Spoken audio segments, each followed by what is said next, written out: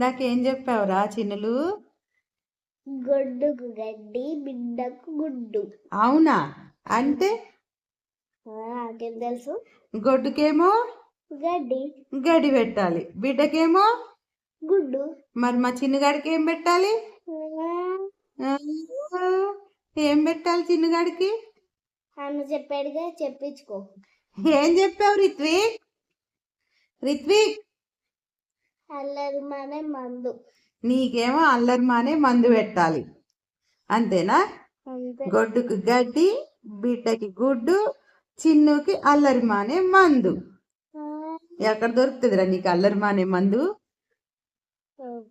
అట్లా అన్నయ్య చెప్పాడుగా, అన్ననే అడుగు. అవునా? ఏం తిన్నావు ఇవాళ?